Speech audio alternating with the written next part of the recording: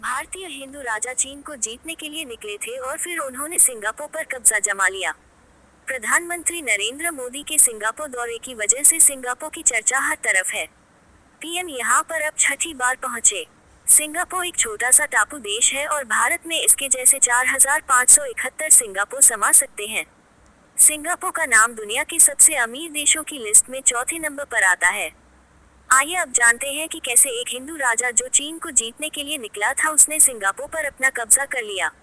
Singapore की national library board की website के अनुसार सिंगापुर एक वीरान द्वीप हुआ करता था।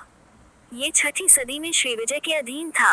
उस समय सिंगापुर को तेमासिक के नाम से जाना जाता था।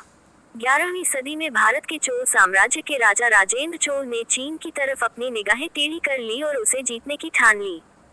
मलय दस्तावेजों के मुताबिक राजेंद्र चोल कलिंग के राजा शूलन के साथ मिलकर चीन पर हमला करने के लिए निकल गए थे। उन्हें उस समय ये भी अंदाजा नहीं था कि चीन की भौगोलिक स्थिति कहां पर है। क्यों बदला हिंदू राजा का विचार? दोनों ने रास्ते में आने वाले श्रीविजय साम्राज्य को भी करारी शिकस्त दे दी और जब इस बात की जानकारी चीन के सोंग राजवंश तक जा पहुंची तो वे काफी डर गए। चीनियों ने युद्ध से बचने के लिए एक तरीका निकाला। उन्होंने अपने यहाँ के कुछ बुरे लोगों को राजेंद्र चोल के पास में भेजा और राजा ने जब उनसे पूछा कि चीन अभी कितना दूर है तो उन्होंने कहा कि चीन तो इतना दूर है कि जब वे घर से निकले थे तो जवान थे और अब बूढ़े हो गए। तब कहीं पर जाकर चीन की जमीन मिली।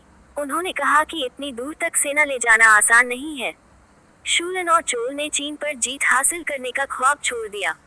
राजेंद्र चोल वापस लौटकर घर आ गए। वहीं राजा शूलन ने श्रीविजय साम्राज्य की राजकुमारी कियू से विवाह रचा लिया और वहीं पर बस गए।